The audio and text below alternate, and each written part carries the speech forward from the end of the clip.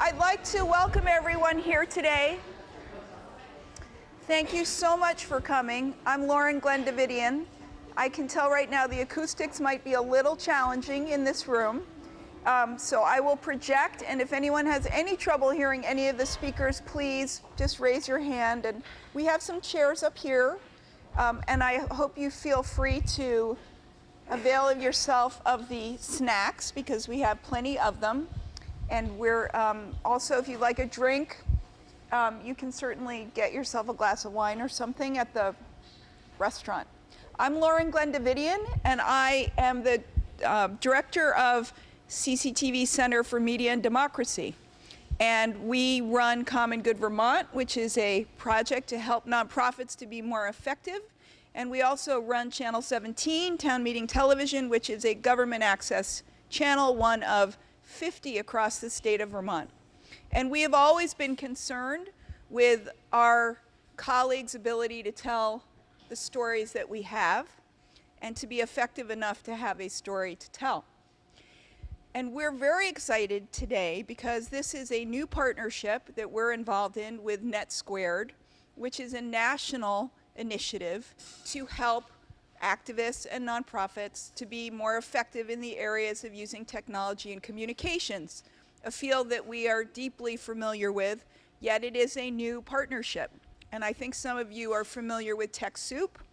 If you're not familiar with TechSoup, NetSquared is a project of TechSoup, and it's a fantastic resource that makes software and know-how available at deeply discounted prices or free for folks.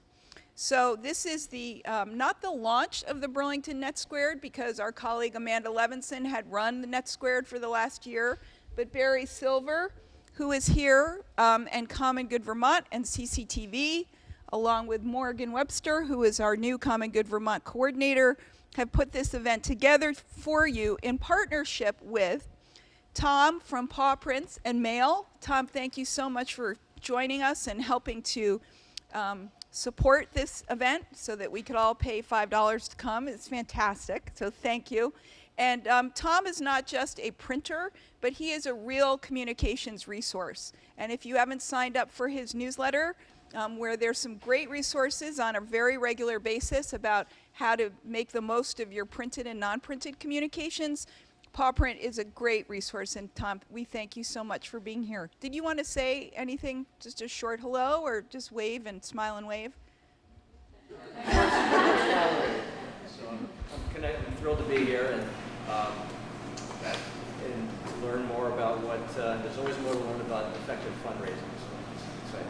It is. This is a great topic, and your turnout is wonderful. We also would like to thank Fairpoint. Fairpoint is a pretty significant, of course we know they're a phone company, but we don't always think of them as an internet company, and that's really their primary business, other than keeping all those old landlines working. They are a statewide and region-wide internet and communications company, and they have also underwritten this and future NetSquared events, so we're very glad for that. And of course, South End Kitchen has very generously contributed this space and has been very involved in the logistics, and Barrie probably will say a little bit more about that. But this is a wonderful space, and if you're not aware of it, you now are, and it's a great space. So without further ado, I'd like to introduce Barrie Silver, who is our host for this program, along with some fantastic panelists who have real world experience in the subject of raising more money, Giving Tuesday, and the tools that we can use to expand our reach and impact. As I said, the restrooms, I didn't say this, but the restrooms are around the corner. The food is in the back, and if you have any questions that you want to ask that don't get answered, feel free to contact us afterwards, and we'll make sure we get you the information you need. So thank you so much. Barrie? Great, thanks, Lauren Glenn. Can't go that way. So thank you all. This is a great turnout. So obviously, when we were brainstorming topics, we picked a good one. And I'm glad that you could all join us on this really summary, blistering hot day. It doesn't feel like winter, but winter is right around the corner. In fact, if you go to the Giving Tuesday website, there's a countdown there. And, if you're somebody who likes to plan ahead, take advantage of that countdown, because really probably one of the best pieces of advice that I think we can all give you is to plan ahead and not leave things to the last minute. So Lauren Glenn kind of introduced me, but I'm going to introduce myself again. My name is Barrie Silver, and I'm glad that you are all here for Get Ready for Giving Tuesday, how to mobilize a successful campaign. This is our first ever Common Good Vermont and Burlington NetSquared collaboration. And again, we're just really excited that you're all here for this sort of inaugural event. Before we get started, I want to thank our sponsors again, Fairpoint Communications, Paw Print and Mail, and South End Kitchen. And I have a personal connection to this place. My husband is the general manager, Gary Coffee.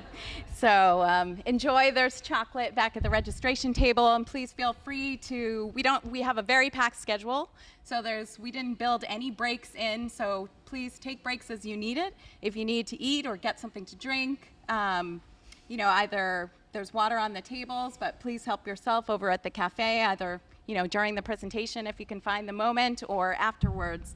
That would be great. Little bit about Burlington NetSquared. If anybody's tweeting, it's #Net2BTV. Burlington NetSquared is the Vermont chapter of actually a global online community that enables nonprofits and other folks that care about social change to leverage the tools of the social web for social change and to make good things happen in the world. And along with Common Good Vermont, we'll be periodically hosting events that highlight how technology is being used for meaningful change in Vermont and elsewhere. So we'll probably, tell you a little bit more about Common Good later on, but let's get started. We've got a lot to cover, so I'd love our wonderful panelists to head on up here, and we can kind of jump in. I'll do an overview of what Giving Tuesday is. Maybe we could start with a show of hands. How many people have participated in Giving Tuesday? Great, so quite a few of you, but some of you not yet, so good. We've got something for everybody here. So if you don't know what Giving Tuesday is, Giving Tuesday was launched about 3 years ago by New York's 92nd Street Y as a way for nonprofit organizations and social causes to harness the power of the holiday spirit on the Tuesday after Thanksgiving. And our panel is going to share lots of great information, and we've included some links to online resources in the packets that you all should have gotten when you came in, but we'll also be sending out the full presentation after the event. So make sure that we have your contact information. Rather than tell you about what Giving Tuesday is, I thought it would be great to kick things off with a video from last year's campaign. So Morgan. We're gonna give you something to think about. There's this day coming up. It's December 2nd. It's a Tuesday, the day after Cyber Monday. But it's not just any day. It's Giving Tuesday, a day to give. Get it? So we'll give you some ideas of what you can give on Giving Tuesday. You can give a boost, give a tweet, give up your identity for a day, give hope, give help, give your time, give your city a new nickname, give someone a place to sit, give someone else a place to play, give at the office, give out of the office, give everyone at the office something to smile about, give a .org some .love, give a 5, give a 10, give 10 minutes, give 10 hours. Give a flying hoot about who gets vaccinated, educated, hydrated, and insulated from some of the world's biggest evils. Give till it hurts. Give because it helps with issues like poverty and disease and a miscellany of other things you'd give anything to eliminate, so we can give the world a fighting chance to be as good as we all know it can get. On Thanksgiving, we give thanks. On Black Friday, we get deals. On Cyber Monday, we get online. And on Giving Tuesday, we give back. And you know what the greatest, coolest, most innovative part of this whole movement is? It doesn't matter how much you give or what you give, only that you give. Join in, be part of the movement. Visit givingtuesday.org.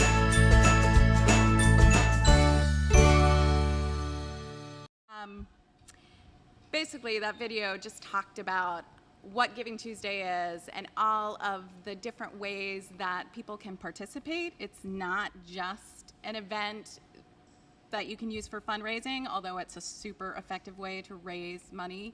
It's a way to engage your community, to bolster volunteerism, and it just talks about all of, I think it's a minute and 34 seconds. It just gives you a great overview and may just get your creative juices flowing.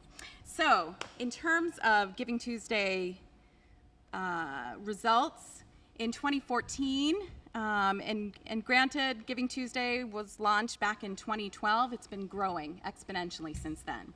So in 2014, Giving Tuesday had more than 20,000 partners, was observed in 68 countries, and helped raise over $45 million. Next slide. It also has garnered lots of attention on social media, with over 300,000 Facebook posts and nearly 33 million Twitter impressions. Next slide, please. And organizations of all shapes and sizes have created successful Giving Tuesday campaigns, and you can too. There are links to, again, the national case studies in your packets, but you'll get them after this event. And we are just super lucky to have a few local experts here today who can either help you get started with Giving Tuesday or give you ideas for how to take your campaign to the next level.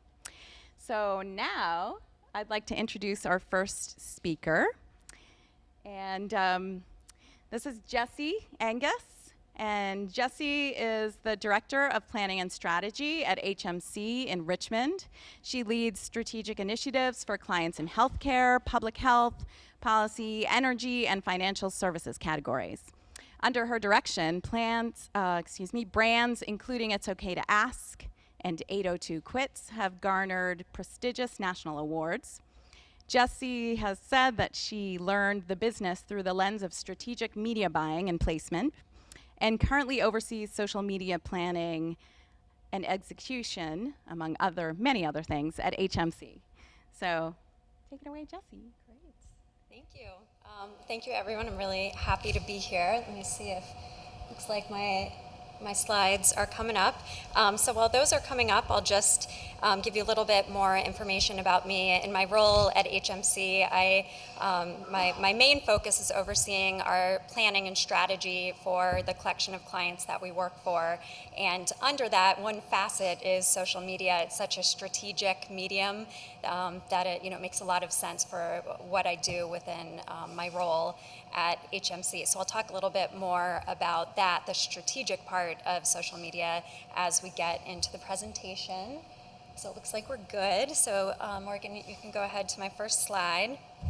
So coming from a strategic perspective, really the first question to throw out to all of you from my perspective is, why are you here? And the simple answer to that is to leverage Giving Tuesday. But when we really look at that, what does that mean exactly? What does it mean for your organization? To what end do you leverage Giving Tuesday? So my hope today is to help you start to answer those questions so that you can come away from here with some ideas starting to form and a bit of a roadmap to help you develop your own Giving Tuesday campaigns. So I'll be focusing a good bit on social media, but as you'll see, just by my very nature, I'm looking at this from a more holistic marketing perspective as well. So next slide. So as I mentioned, my role is really deeply anchored in strategy, and I come to social media from that perspective. So today I'm going to share with you 5 tips for successful social media implementation. These are somewhat broad. This kind of speaks to all of your social media initiatives, but through a lens of Giving Tuesday. And as we move on down the row, we'll start to get more and more specific into Giving Tuesday. So next slide. So the first thing I do when we're working with a client or an organization that's interested in social media is I always encourage that client to take a step back and look at the bigger picture of what's going on, to really ask yourselves, what specifically am I trying to achieve by using social media? And then how will I know it's been successful? And that's a really key point. It's one thing to have a lot of great ideas, but at the end of the day, how are you going to know that what you did worked? And it's really important to establish that up front. A huge part of this is trying to understand really well who it is you're trying to reach. Typically we think about a target audience in terms of gender, income, geographic location, but I would urge you to also think about your audience in terms of what are they interested in, what's their lifestyle like, what kind of tone or content is really going to work for your particular audience. As one example, should you be focusing in on social media posts or images that are lighthearted, more like a meme that people are really interested in sharing? Or do you need to go down the path of numbers, financial numbers or statistics, and really understand what it is that your audience is going to resonate with? When it comes to Giving Tuesday, as an initiative, it encourages people to really think about how they're spending money during this really consumer-focused holiday period, and it urges them to spend their money really intelligently. So the dollars are really important here. That's a huge goal around Giving Tuesday, is to fundraise on this one particular day. However, Giving Tuesday is also a really great opportunity to focus on impact in general, and Barrie already alluded to this a bit, that when we look at what you're trying to accomplish and what your goals are, I really urge you to move your expectation beyond just the dollars that can be raised on one day. Look at both before and after Giving Tuesday. How can you speak about the work you're doing in a little bit different way, maybe to a different group of people, teasing up to Giving Tuesday and then having that live beyond that day itself. To do that, you really need a plan. You really need to put down on paper what it is I'm trying to accomplish and how this looks over the course of a few months. And I'll say a plan is not saying, okay, I'm going to put up a post on Giving Tuesday that says, give us some money. A plan is really looking at what do you have to offer to your audience that is different than what the so-called competition is offering. What differentiates you from other organizations that are asking for the same eyes and ears and dollars? So really work to identify that. Also look at what it is people are going to care about.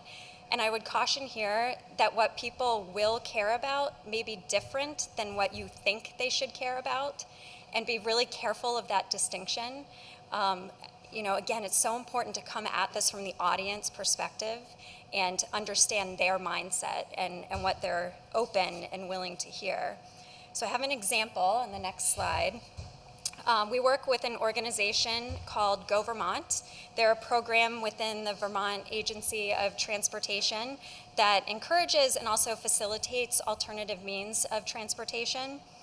So ultimately, Go Vermont's goal is to get people to shift their behavior around transportation, to get them using buses, carpools, van pools, ferries, trains, anything that lowers the impact on the environment. So that is the business goal, but our social media goal was really to bring this topic into the everyday vernacular of Vermonters, to get them engaged in a conversation around this idea and this program so that they could begin to start to think differently about it. So a lot of what we do at HMC and the clients that we work with are focused on behavior change. So this Go Vermont example is one where if someone is ready to take action, Go Vermont is there and ready to help them. But we also work with people in the pre-contemplation stage and the contemplation stage and try to get them on board really early in their decision-making process. So we do that by really creating a community through their Facebook page. Over the past 2 years, working with Go Vermont, their Facebook fan base has grown by about 40%. which is good, but more importantly, the page reaches about 40,000 unique Vermonters every month and has about 1,200 Vermonters engaged with the page every month. So it's really working towards building that community. On the next slide, so the second tip, social media is not a marketing plan, it is a part of a marketing plan.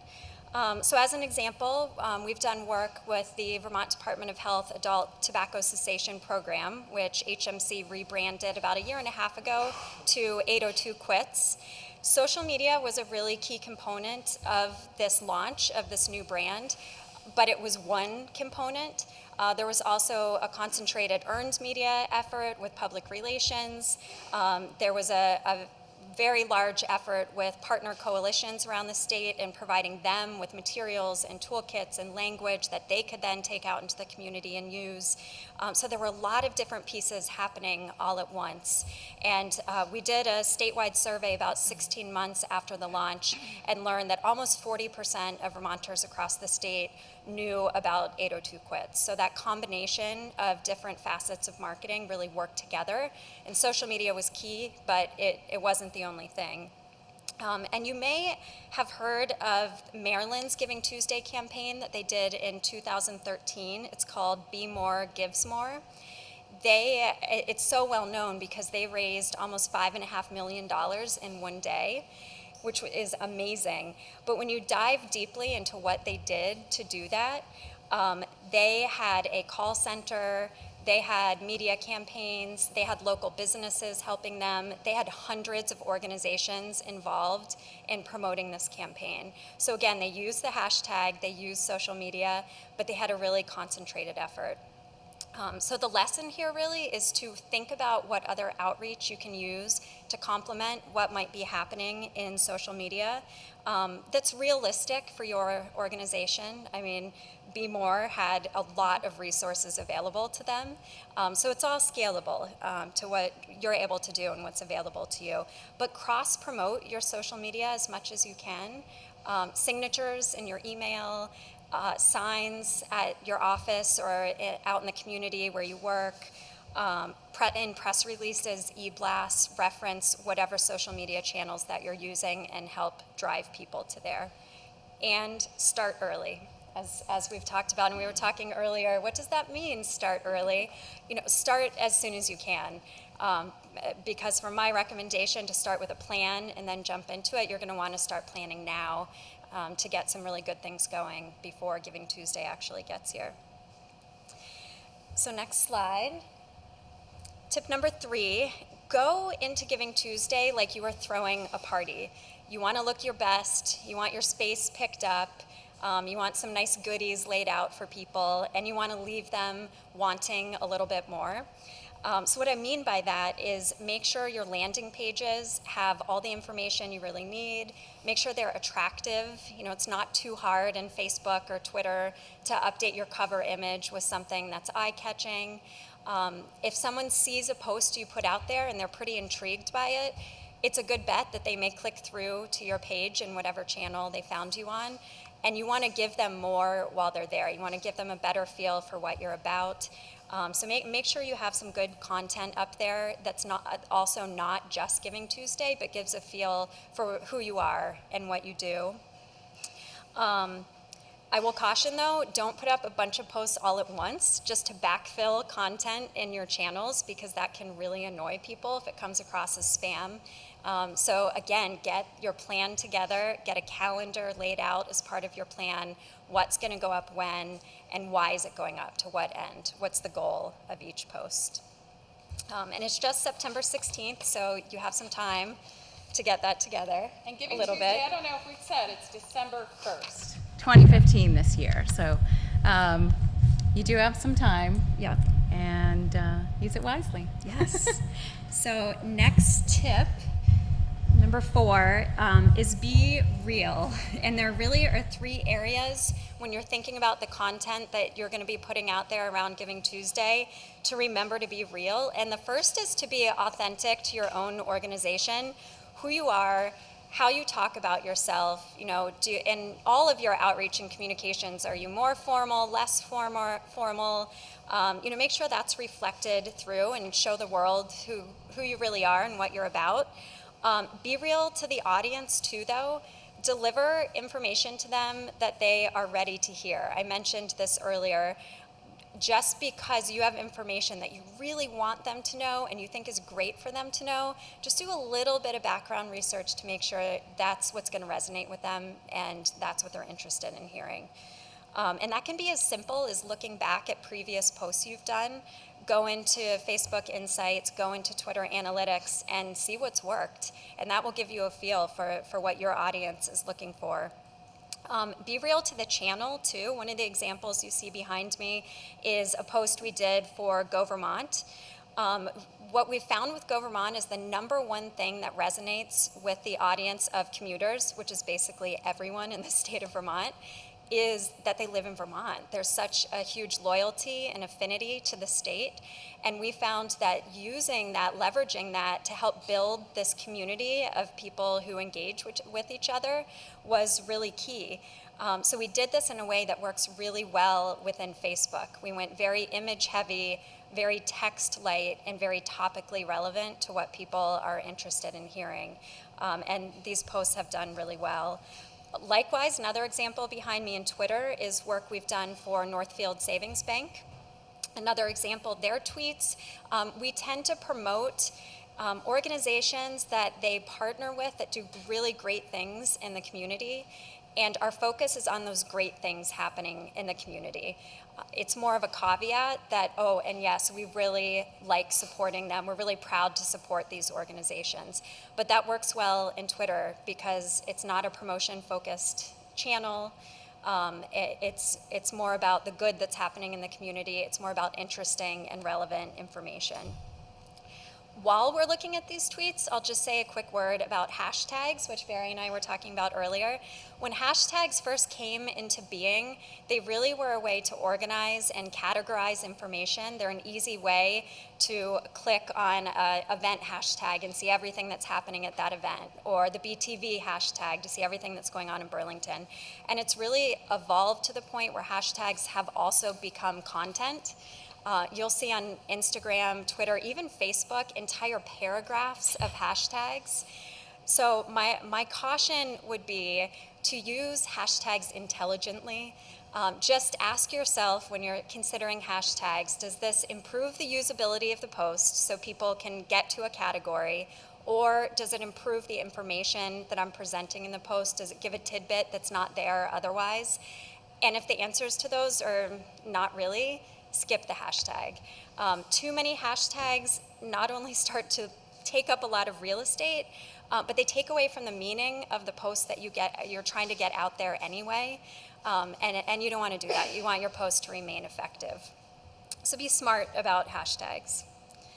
So the final tip, I think it's the final. Yes. So I feel like this is kind of the elephant in the room in a way. Does social media actually have impact? Does it work? Does it have an effect? So one thing I did is I looked back at some statistics for 9 different Facebook pages that we either manage or we consult on. And what I found is that the organic reach of their most recent posts was about 4.8% into each of the pages' fan bases. So that's not a lot.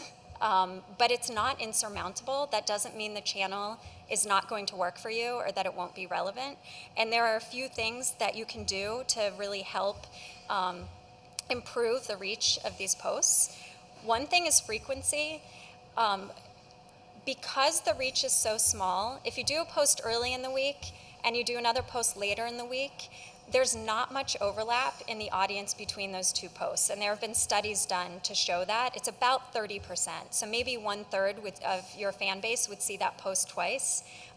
But the majority of your fan base will not see that post the first time, and maybe will get it the second time. So if you add a second post, you're getting incremental viewers on that post, so work on your frequency. Also, targeting. When you're scheduling, particularly in Facebook, a post, you have the opportunity to target that post to a specific audience by gender, by location, by interest. There are a number of different options. So if you know that your organization focuses on a specific demographic, you can go ahead and tailor your post right to those people. And the odds of that group seeing your post is higher than if you just did a more broad outreach. And on the flip side, even if your audience is pretty broad, you can tailor your posts. Try to segment your audience and say, okay, well, I know this part of my audience is most interested in this. So focus a post on that, and then target the audience when you actually post it to the people that are really going to resonate with that. The last thing I'll say about not being free is it truly is worth putting a little bit of budget behind promoting some of your posts, particularly Facebook and Twitter, although Instagram, I think, is well on its way. I'm looking at one of my media gurus over here. We at HMC, we rarely run social media these days without some sort of promotional dollars behind it, but it doesn't have to be a lot. I mean, it can be a couple dollars a day for a short period of time, and you can target just to your page fans just to make sure it's getting in front of people. And if you're on Facebook or even Twitter, you've probably noticed more and more that you're getting more sponsored posts in your newsfeed. And I can tell you from the stats that we see that they work just as well, if not better, than the organic. I would not compare it to something like a pre-roll video in YouTube that people just wait for the skip this in 10 seconds. In social media, it's not like that. People have come to accept that there are a number of sponsored posts. A lot of them are from pages that they have liked anyway. So they're really receptive to that. Anything else? Am I out of time? We're running out of time because we want to make sure that we have time for you guys to ask questions too. So Morgan, maybe just skip on to the second to last slide. I can come back to that later. Yep, so just a couple of resources quickly. The Giving Tuesday resources that are out there are great. They have a lot of social media resources. Use what you can, and then try to customize as much as possible what you can to what you know about the people you're trying to reach. A few good ways to do that. Snappa and Be Funky are both image design apps. Essentially, they're all web-based, and they're really great, easy ways to design an image that can go into social media. And PowerPoint is actually a fantastic way to design images for social media. So Google PowerPoint images for social media, and you will find so many tutorials on how to do that. It's simple. Barrie and I have done that together. It works really well. she is My time is up, but I did leave some cards on the table in the front. Feel free to contact me with any questions you have or anything else. I had to kind of go right through everything. I know, we definitely, there's a lot to cover, and we were very ambitious, and we're very fortunate to find such great people who are willing to come and speak today. So our next expert is Kim Jackson, and she is the Director of Communications at Vermont Adaptive Ski and Sports.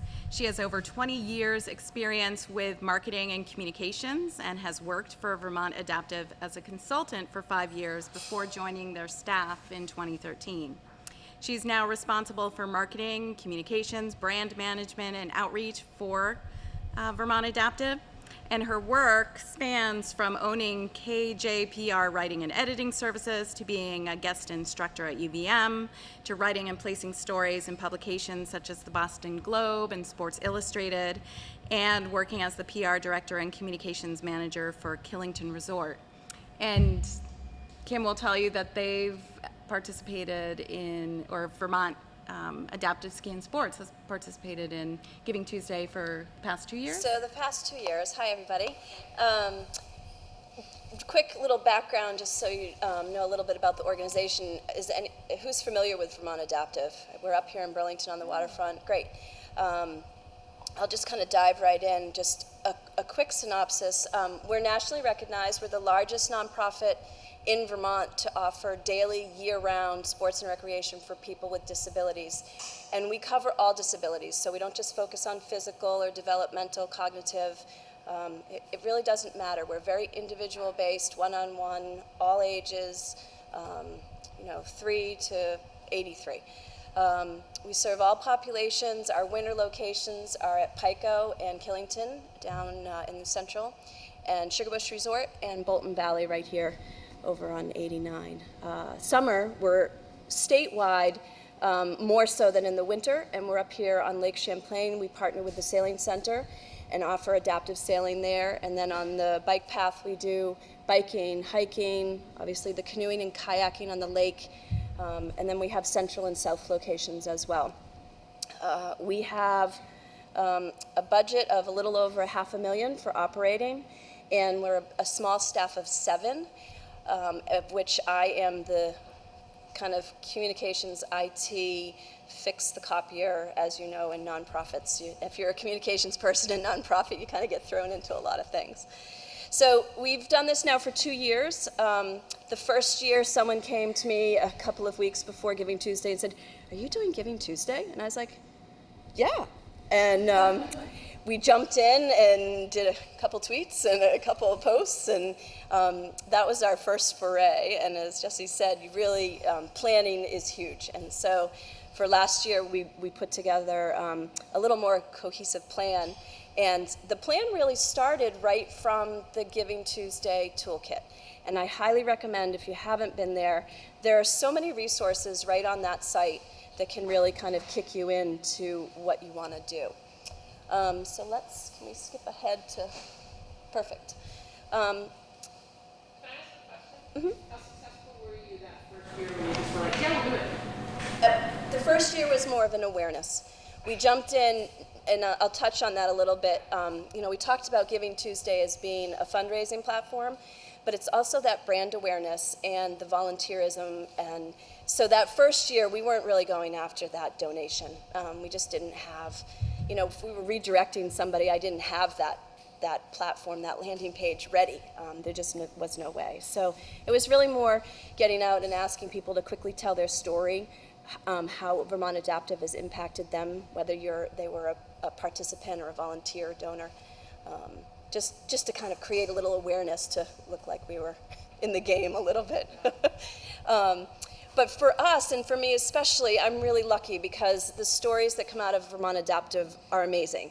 So whenever I do any type of communications, and especially for Giving Tuesday, for me it's all about the stories. We want people to feel good during that holiday season, and we're so, compounded with the Black Friday and the Cyber Monday that for me it's a wonderful opportunity to get people to think about giving to something that they believe in, but also about giving back, paying it forward type scenario. So that's kind of my goal. Whenever I put this plan together last year, and when I've started a little bit this year, this has kind of prompted me to get going. But I'll quickly snapshot what we did last year in both the fundraising portion and then also in the volunteerism.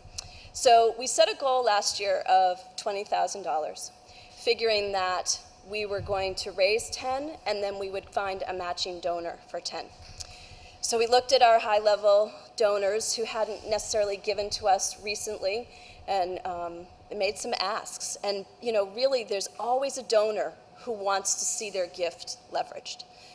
So finding that donor and doing that ask and saying, what would you like to see us accomplish in this? We were lucky enough that we found a donor who wanted to remain anonymous, but their biggest point that they wanted to see was they wanted to see Vermont Adaptive's story told, which we were like, okay, great. We have tons of stories. We can do this.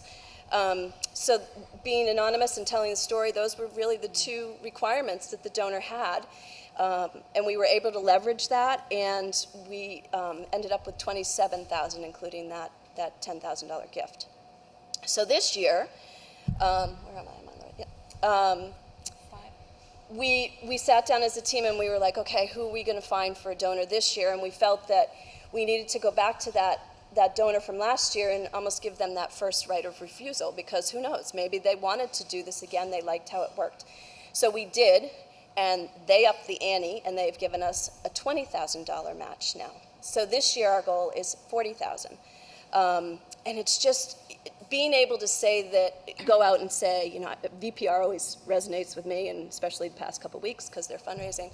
But, you know, matching dollar for dollar up to $20,000. We have the potential to raise $40,000. People love to give when they know their money is going to be matched. Okay. Oh, we're already moving. So again, sharing that message, for us it was be daring. We have endless possibilities for people with disabilities, and we wanted to share that story. So lots of warmth, lots of smiles. How do we tell that? We can tell it by the numbers, who we support. You know, if you're giving, what's your dollar going towards? Or we could tell it with a human interest story. So we did a combination of both. We did create a infographic, and as Jessie also said, you know, not just social media, that was used in email marketing, it was used on our website, and it also crossed over into our annual appeal, which is kind of happening at the same time, which a lot of you might be running into that same problem. Our annual appeal is dropping, and then 3.5 weeks later, we're promoting this Giving Tuesday. So it's a little bit of a balance of separating, but making them cohesive at the same time. So I just threw up a couple of examples. So on the left is, I know it's hard to see, but that was the long graphic that we came up with. And basically we just wanted to show by the numbers, you know, 35,000 outings a year. We do $20,000 in participant scholarships. One of our big part of our mission statement is we never turn anyone away based on their ability to pay. So we definitely do lots of scholarships. Yep. So between the long graphic and the banner that you see at the top and a couple of other icons, we shared it. We shared it through email marketing, through repetitions of emails to different constituent bases. That banner was at the top of our website. On our homepage, I changed. No paper. Because we just had sent out our annual appeal 3.5 weeks ago. So some of these numbers were the same that were in our annual appeal, and the look and feel of this graphic was similar to our annual appeal, coloring and that sort of thing, but no paper.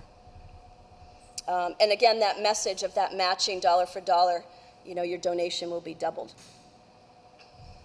Okay? So, good, thank you. We had a couple of different announcements in the traditional PR land. We did a press release announcing that we were participating in Giving Tuesday and why we were participating, both from a fundraising platform and from wanting to encourage people to volunteer and what volunteerism means. And then after that, when we had the donor come on board, we did another release for that. And then those same stories trickled throughout all the other avenues, social media. We prepared all of our tweets, all of our posts as part of our planning.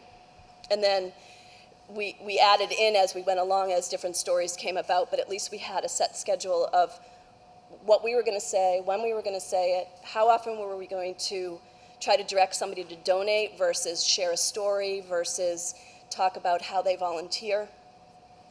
We have over 400 volunteers that are trained instructors year-round. So our volunteers make or break us. So we're always looking for new volunteers. This was a great way to kind of tell that story as well. And as we talked about, leading up to Giving Tuesday, it's not about the day. It's about the tease up to the day. And then afterwards, for us, it led into our annual appeal and the end-of-year giving. And just took that matching gift and just leveraged it through all of our communications that we could.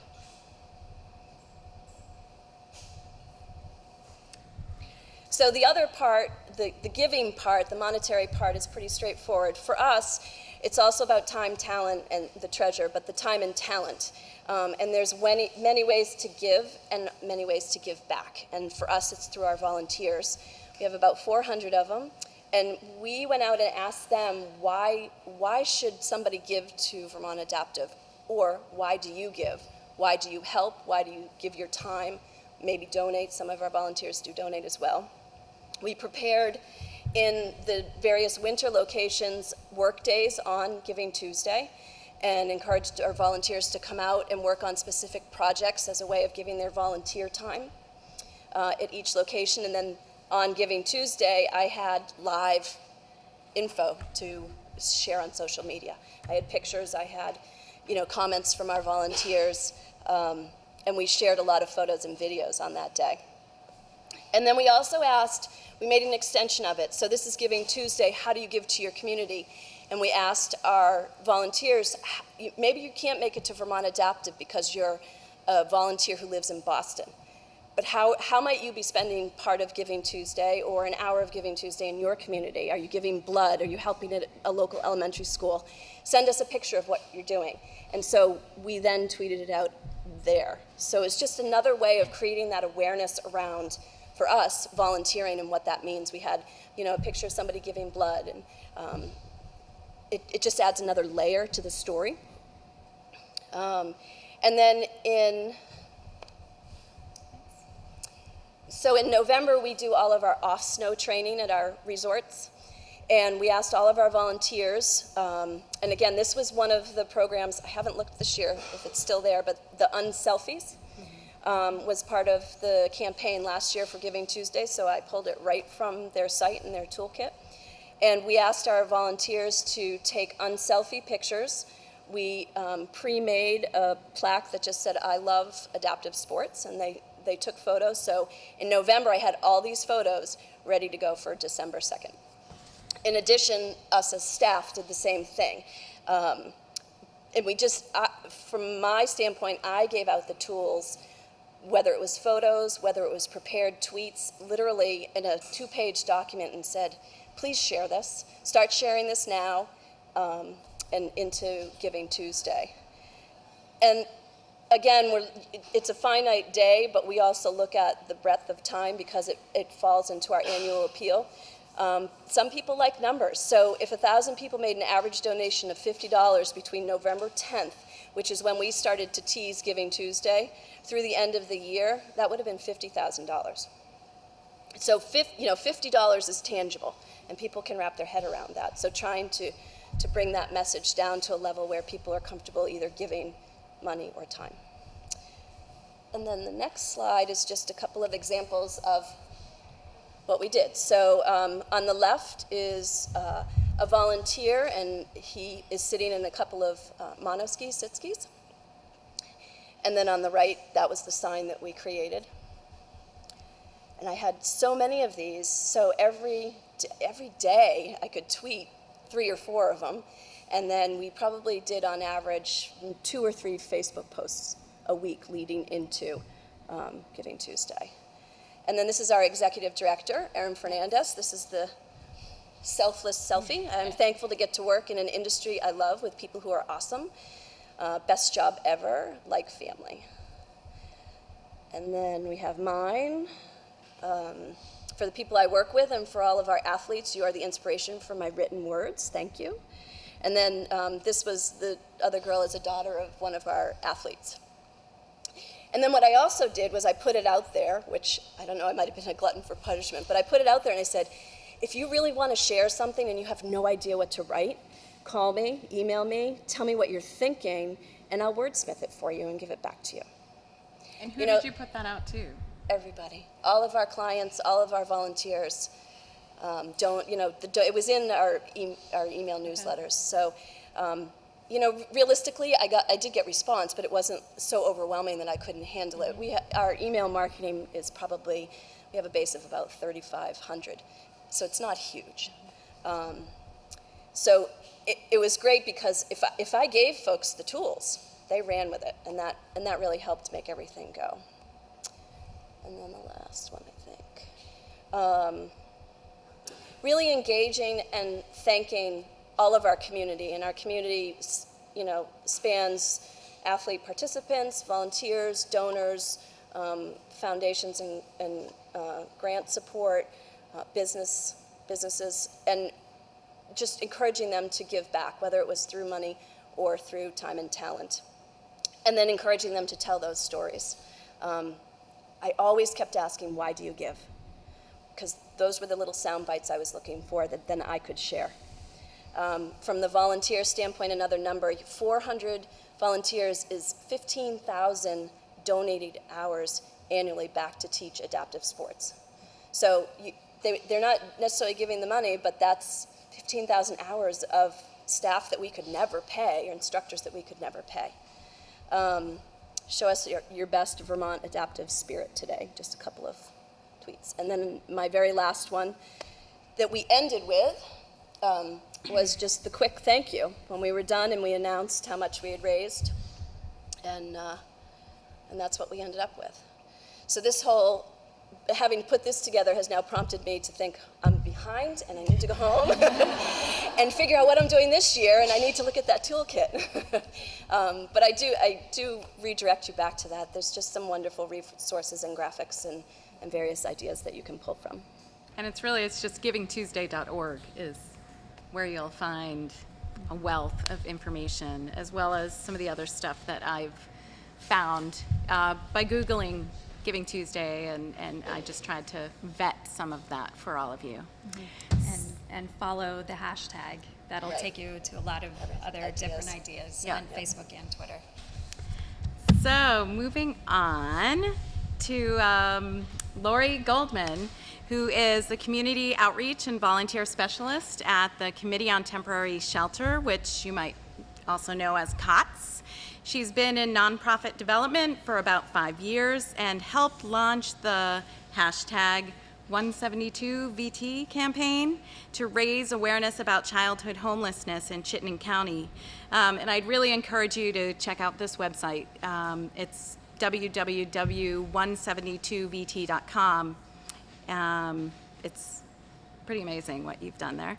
And you can also see Lori performing improv comedy with the Vermont Comedy Club at the Skinny Pancake every Sunday night. So Sure. shameless plug for comedy. And I don't know. I gotta take advantage when I can. Can you hear me okay? Okay, cool. So I am the volunteer and community outreach specialist at COTS, so I deal a lot now with in-kind donations and events, volunteer management, that sort of thing. But last year I managed our social media presence, so that's why I'm here. COTS, for those of you who don't know, is a homeless services provider. We do permanent shelter, emergency shelter, temporary housing, and prevention services for folks who are at risk of becoming homeless. When beginning your Giving Tuesday campaign, I think one of the most important things is to make sure that your donor base knows what Giving Tuesday is. When last year, I had no idea, and someone was like, it's the antidote to Cyber Monday. What is Cyber Monday? So one easy way to do that is using the Giving Tuesday toolkit. They start messaging for you, basically, and they have a blog. If you list yourself as one of their partners, and then you give a little spiel about what you're doing for Giving Tuesday and what your event is, they'll put you on their blog, which I found to be a really great introduction into Giving Tuesday, because you can share that on your social media platform, say things like, wow, we are so excited to have joined this movement of folks willing to give back after the holidays or during the holidays. And I think anyone is able to be on the blog. You just have to submit your information, but it feels cool to be able to tell people, like, I'm on this national blog right now. So that's how I would begin. What's difficult for COTS and Giving Tuesday is that our biggest fundraiser of the year is the Thursday after Giving Tuesday. So in terms of measuring financial gain from Giving Tuesday, it becomes really difficult. So what we focused on was providing a message. And as it was already said, a lot of that Cyber Monday and Black Friday is about using your money wisely, getting the sales while they're fresh. And so we thought, how can we sort of adapt that to what we do, which is invest in community. So while you're investing in your winter boots for the season, the next day, invest in a community that is stronger and without poverty and without homelessness. So this was our first time doing a hashtag campaign. And the hashtag for Giving Tuesday for us was Hearts and Homes.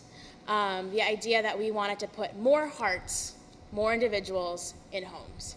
Part of why we did that is because we noticed that there was this myth that homelessness was a Burlington problem or a Church Street problem, when in fact there was growing number of homelessness all around Chittenden County, and we had served folks from nearly every town. So the question became, how do we share that message and put it with Giving Tuesday, created the hashtag Hearts and Homes, and then I had the brilliant idea. This was one of those things where you're like, this is a great idea, I'm gonna do it. Oh my God, it's so much work, who thought of this? And so we blew up heart balloons, and each balloon represented 10 people.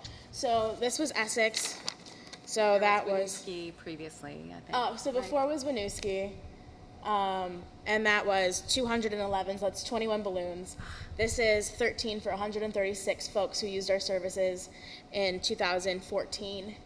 And then Heinsberg was 32, so we had 3 balloons. And then next was Colchester. Anyway, I did this for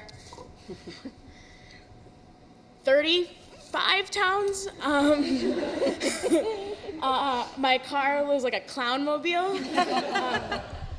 But my idea was that I posted one of these pictures every day, and my idea was, if this is your town, share it and let people know that this is a problem in our communities, in the communities that we live in. And the reason why I thought of that is because we had had a lot of success with people sharing photos that said things like, I volunteered at the Cots Walk, or I walked the walk at the Cots Walk. And then people would share that, tell their friends that they had volunteered with us, and it really expanded our reach. What is a duh moment now is that people feel a lot better sharing to their friends and family that they volunteered over sharing to their friends and family that there's homelessness in their community. So we had sort of a hard time getting this off the ground. And people were not as willing to share or tag themselves in it as I would have liked. And I think what also was an issue was that this hashtag Hearts and Homes was a little too vague. We had set up a landing page on our website that totally described our Giving Tuesday concept and explained Hearts and Homes. But I think that we didn't hammer the message home enough, and I think it was too vague and people didn't really understand what we were trying to get at, what this visual display meant, how it impacted their lives, and why they should care about what we're doing. So that was one part. And then, next slide, we also did the unselfies. So that's actually me over there, that's my unselfie. So we got people to send in their photos, and we sent out that sheet via email where people could print it out and take their photo and send it in to us, and we did a small promotion. We had like a $25 Beloco gift card, and if you submitted a photo, then you were entered into a drawing and you would get $25. And so that was pretty successful. I think that the unselfie itself made people feel a little uncomfortable because, again, I think it wasn't explained well enough in the same way that people didn't really know what Giving Tuesday was. They really didn't know what an unselfie was. And a lot of our donor base didn't even know what a selfie was. So a lot of backpedaling in sort of trying to explain what is happening. And that's when the Giving Tuesday toolkit came really in handy, because it gave really general language that we could adapt to our campaign about what this is about and what the movement is. What's the movement we keep talking about? Because we love to say things like, join us, come together. Together we can end homelessness, make sure kids have a place to, and so that movement language was really useful, and it came directly from the toolkit. Also, what's the next thing? Oh, okay. So we sort of left Giving Tuesday unsure of what we had done. People had definitely shared our photos. We had made stuff with PicMonkey, which is something that I enjoy. PowerPoint works. We use PowerPoint and PicMonkey mostly to make personalized images. That said that I supported COTS for Giving Tuesday, and that was shared because, again, people love to feel good about themselves as opposed to feel bad that they live in a place with homelessness. And we had our own selfies, and it sort of led directly into our phone-a-thon, which is our big event that happened 2 days later. And so Hearts and Homes and the phone-a-thon hashtag all sort of got muddled. But what I learned from the Giving Tuesday campaign helped us a lot in the hashtag 172VT campaign, which has been very successful. And so what I learned from that is that your hashtag can be a little vague, but there has to be a question in it. So hashtag Hearts and Homes, the question was, what does that mean? Whereas hashtag 172VT, I think the question is, what is 172? And the answer to that is we do a count every year of how many homeless children there are in Chittenden County, and it's 172 this past year. So that's a really easy gateway to use the hashtag, not just as like hashtag Giving Tuesday, which is great, and you should definitely use it and join that conversation, but have it personalized to a message that you're putting out that's specific. And then that also made our visual display that we had always wanted to do a lot more focused. So I think we hit people hard with 40 different photos of towns and balloons. What are you talking about? 172 was focused enough where we were able to take photos of different things of 172, and people were like, wow, that's a lot of stuff, getting the conversation going. And then we've been able to branch out from 172 to things like, this was our campaign that was homelessness just doesn't take a summer vacation. And so that's 172 beach balls that really caused a stir at Letty Park. And then the next one, more. So I found that being able to be more specific, make the numbers that you're making, the message that you're trying to put across, really hit home in a way that is easy to digest, has been what's made this visual campaign that also transfers into statistics and news articles a lot more successful. Also, for this campaign, we were wondering for Giving Tuesday why people weren't talking more about us, why they weren't sharing what we had to say and adding their own stories, and it's because we didn't do it for them.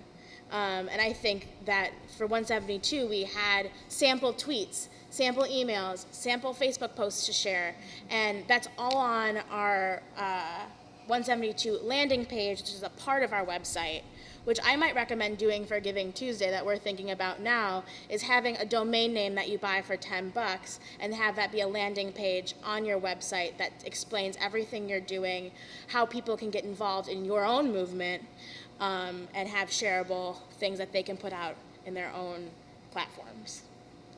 Well, you could do it without a domain, a separate domain name. Just make sure that it's very easy to find, front and center on your homepage, and then create a landing page from there would be probably an easier way to do it. Yeah. That is sort of how we approached Giving Tuesday and hashtag campaigns. And so I'm excited to get started now because it's never too soon. All right. Sort of since the genesis of Twitter. Twitter is really where they started. It really is a way to organize content. Yeah. And I did include specifically in the resource, on the resource page, there is a link to a guy named John Hayden. He's got a great blog. I don't know if any of you are familiar with it, but he has a specific post about using hashtags effectively for Giving Tuesday. So you might want to have a look at that. Any other questions? We actually have some time for questions, or let me come around with the microphone. I've always had kind of a problem with Giving Tuesday in that I'm not quite sure who will respond to Giving Tuesday, because it sort of goes along with, Black Friday, which is kind of crass commercialism. And actually there's Small Business Saturday that comes after Black Friday, which very few people, which I do support Small Business Saturday. And then you've got Cyber Monday, which is again against crass commercialism. So if you're going to the Giving Tuesday, are you appealing to those people that have just spent all their money and feel like they're poor now and they don't have any money to give? Or I have a very difficult problem with it. Like who is it going to appeal to? Is it going to appeal to the people, or is it an anti-Black Friday? So I don't know how you feel about that, or if you should be targeting people who would be participating in Black Friday and Cyber Monday, because those things seem very un-Vermonty to me. We just talked about that right beforehand. We did, yeah. And from a marketing perspective, I would sort of back away from that broad view of there are all these people out there who might do this, and really start with your best prospects. What does your organization do? Who might be most willing to support you? And start much narrower in that way. I don't know if that answers your question, but looking at it that way, yeah, it may be some people who are interested in Black Friday, and it may be some people who are interested in Cyber Monday, but their commonality is that they have an interest in what you're doing. And it also could be, we talked about changing the way people think a little bit. You certainly can give a gift to somebody if you're holiday shopping on those traditional days on Giving Tuesday. And for us, it's give the gift of adaptive sports. Whether you're giving to the organization because it's going into a scholarship fund for people who can't afford to recreate with us, or whether you know somebody in your life that could benefit from our program. So it's almost trying to rethink where that bucket, as you said, of holiday shopping money, okay, here's what I have, trying to get people to rethink where they're going to spend those dollars. And that's why teasing it, as we said, Black Friday's going to start, in like 2 weeks or something crazy. So do you think that maybe doing something like, here's a gift that you could give, and if you give on Giving Tuesday, we'll send this nice little package or this nice little certificate to somebody that you love or something in their name, because we all have too much stuff and we don't need to buy any more stuff and pay postage and all that. Yeah, I think that's a great idea.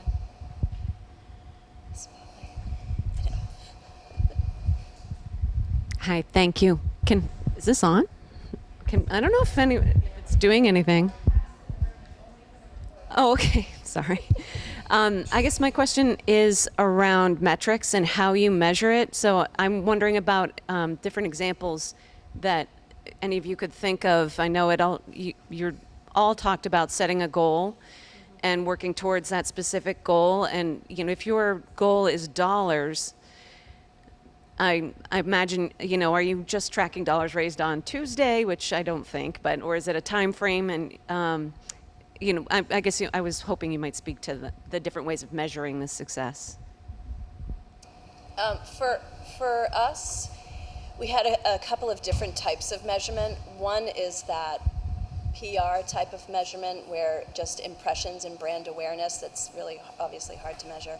And then the other part is the dollars. We did set that goal, and we went back and looked, okay, well, where were most of these things coming in from when they made a donation? Could we tell, was it from a post or was it from a link in our email newsletter, and looked at those stats that way. Website traffic, when did we see an increase in traffic? 3 weeks out versus the day of.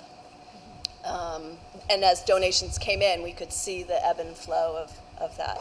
And for us, it's funny that you say that about the two campaigns, because we even just talked about this in the office, in that we have our Giving Tuesday goal because we have that matching donor, but then we also have our annual appeal operating budget goal. So we decided that we're going to have this one lump sum that's going to combine the two. Because at the end of the day, on December 31st, here's the number we really want to hit. It's a little different this year than it was last year, because last year was our first real year in trying to set a goal to that one specific day. But because the two campaigns overlap so much for us, it's really hard to say, well, did somebody decide that their gift that they usually give on the 31st, oh, well, I'm going to give it on this day because it was top of mind because they've been sending me emails about it all the time. So it's kind of hard to know, and having that overall end goal with the two combined, I think will work better for us this year.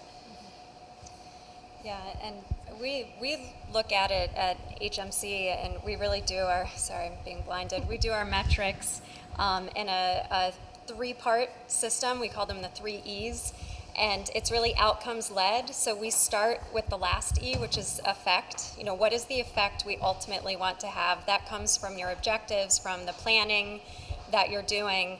But then we also back out from that and we say, okay, if that's the outcome we're looking for, what kind of engagement do we need to see to get us to that outcome? And what kind of exposure do we need to have to get us to that engagement? So we look at intermediary measures along the way that we outline at the very beginning of the process, so we know what that success looks like. So you know, an exposure metric could be the number in your email list, that, you know, our goal is to reach everybody in our email list with this message. And then your engagement goal might be, we want 20% of them to click through to our website to learn more. And then from there, that leads you into your ultimate outcome. You know, from that page, we then want 10% of them to convert into donating money. And a lot of those numbers, those benchmark numbers, come from past experience. You know, what do you think you can expect from your donor base? And then maybe up your goal a little bit, give yourself a challenge. But look beyond just in exactly what you were saying. That's what we did, or that's what we're doing this year. You know, Yeah. Last year we had no idea. This year we've got a little bit more. Yep, so look measurable. beyond just that ultimate outcome and what will help you get to that point. One more question back here. Oh, great. Hey, everyone. My question is around if anyone has any experience with any of like the third-party software like Razoo, where you're like, they kind of build you a landing page and you're directing traffic to that. Has anyone used any software like that? To build a landing page, is that what you were asking? Yeah, so Razoo is a company that has a product that's just based around Giving Tuesday, and it's about capturing your audience but pushing them to a landing page, and they do some like PR and stuff. And I was doing some research with CCTV actually about the software, so I just wanted to know if anyone else had ever used it. Yeah, we have not. We have internal web development capabilities, so my card's up front. But I think, you know, depending on your resources and everything, there are a lot of great tools out there that can help you do that. So it's definitely worth exploring. Cool. Another question? Oh, no, I'm sorry. It wasn't a question. I just wanted to mention that unbounce.com has a free service and a paid service, and I've had great success with their free service. And it's called For landing pages and stuff. Unbounce. Unbounce.com. Great, thank you. Oh, I'll start here. Thank you. I do have a question. Paw Print and Mail, we specialize in printing and mailing fundraising production services.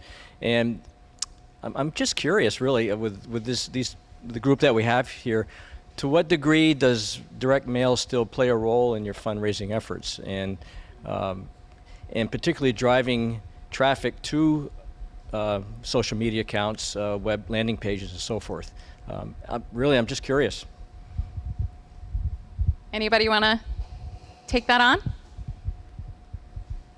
I work for the Vermont Association for the Blind and Visually Impaired, so most of our clients are seniors with age-related visual impairments, so obviously they're not on social media. They're still at that point, if they do have an email, they're afraid to give you their email. But my interest here is that we're trying to get a younger demographics, because we don't really have people that are, you know, younger than 40 really giving to us. Most of our donors are older, so direct mail for us and our newsletter being sent by mail is very important. But we're hoping to capture and get more people to be on, because people are on social media, and we're trying to get that next generation coming up to actually support our organization, and they're going to support us via social media and not direct mail.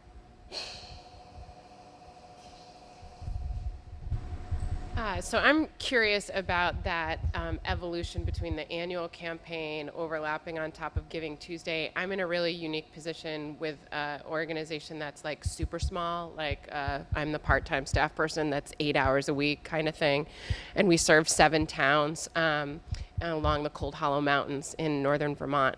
And we don't have an annual campaign yet. And so this year is we just launched a website where you can become a member now.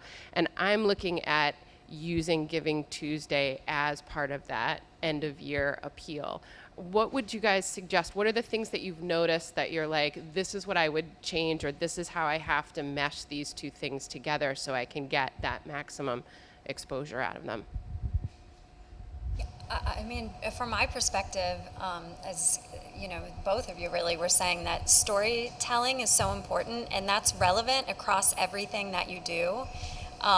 So to lead with a story and then have a call to action of how people can help with that story really runs that spectrum, whether it's an annual giving campaign or it's Giving Tuesday, but almost picking a theme in a way that can run throughout and is adaptable.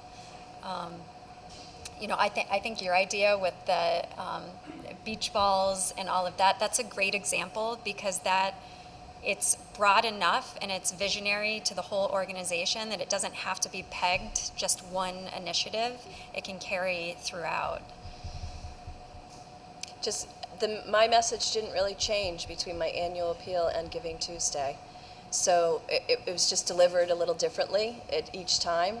But the overall message is the message that I'm always touting. Like, that doesn't really change. It's just coming up with the stories or the little snippets or vignettes, or the medium just changes. Mm-hmm. And adding in some logistics. You know, by the way, this is a great day to give.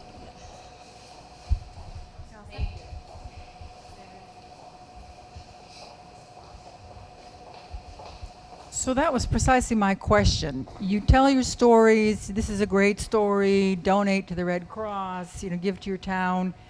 And then what? How do you monetize that? Mm-hmm. Do you have a little discreet little donate button down in the corner? It's not discreet. Or, you know, and by the way, this is a great way to give. How do you kind of take that feel good and translate that into money? So what's some language around that?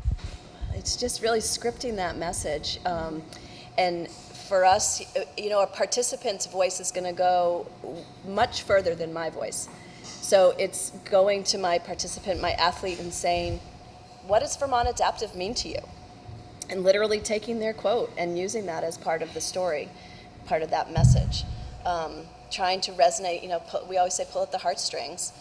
That's what my goal is to try to get people to be like, yes, I want to help that athlete, or I want to scholarship that athlete.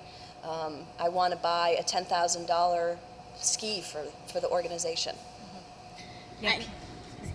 I was just going to say, people make decisions emotionally, not rationally. So, you know, building that emotional response, but then making sure you have a call to action incorporated also goes in.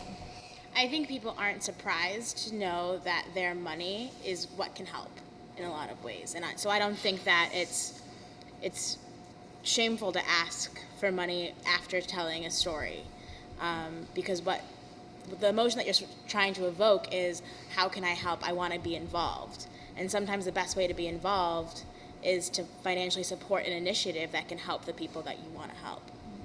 Sometimes you have to explain that connection between that, though, and it's making that connection for the person that's reading or viewing the video or what have you.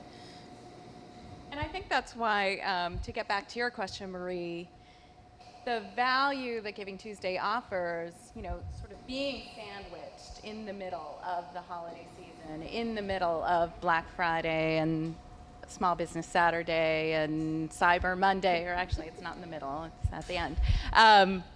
But it gives people an alternative to that. And it gives them a way, I think we can harness a lot of social good. Particularly, you were talking about in Vermont. I mean, we've got tons of social capital in Vermont. So it gives all of you a way and an excuse and an opportunity to really leverage that and let people, you know, like you said, give a gift that's really gonna go a lot further and make a much more lasting impact than a transformer whatever. That's, I wish we could have seen the video and some of the other resources that are on givingtuesday.org. I really encourage you to go there and to, you know, do some research, and I think it'll give you some really good ideas for how to adapt it to your own organization, to your target audience, and to come up with a message and a campaign that can really resonate. Any other questions? So there's lots of food left over. Oh, I'm sorry. We're just going to have Oh, yeah. a few closing statements. Great. My name is Morgan Webster. I'm the coordinator, the new coordinator as of 2 weeks for Common Good Vermont. And we again wanted to very much thank our sponsors today, Paw Print, Fairpoint Communications, South End Kitchen, and also I know we didn't get a chance to mention this, but thank you to Channel 17 and CCTV for recording today. The recording of the full event will be emailed to you, as well as all of the presentations and resources that we discussed today, and even more so. I also just want to touch upon a few more of Common Good Vermont's events. Our 10th annual Vermont Nonprofit Luncheon is next Friday. We have 15 spots left if you're interested. And then we also have statewide trainings on storytelling with the help of Vermont Community Foundation. Very much related to what we talked about today, and I recommend these. And for those nonprofits out there that have working boards, we also have working board luncheons coming up in Chittenden County and Addison to really get your board members trained and to help your nonprofits do what you do and meet your mission. Thank you very much.